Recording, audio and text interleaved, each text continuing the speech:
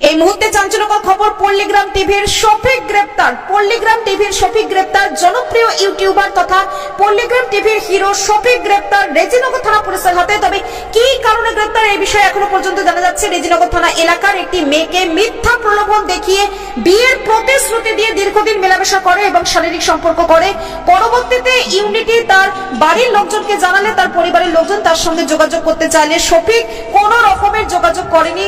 ফলে তার নামে ধর্ষণের মামলা করা হয় এবং তার ভিত্তিতে গতকাল রাত্রে তাকে তাহিরপুরের একটি হোটেল থেকে গ্রেপ্তার করে রেজিনগর থানা পুলিশ। এই বিষয়ে কি বলছেন ওই নাবালিকার বাবা শোনাবো কলকাতা সংবাদ টিভির পর্দায়। কি কারণে আসছে?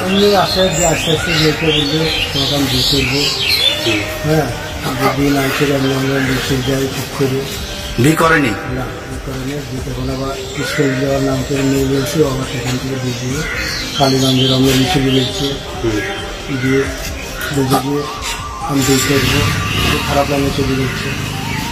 সেগুলো আমাদের বাচ্চা করলো, বিয়ের প্রতিশ্রুতি দিয়ে মানে শারীরিক সম্পর্ক করেছিল। হ্যাঁ করেছে। দিয়ে ওইটা আমাদের বাড়ির মেয়ে ছিল, তোমার বাচ্চা থাকো, আমার বাপ আসো, যে বাচ্চা ছেড়ে দিল, পুলিশকে খবর দিলে পুলিশ চলে আসলো।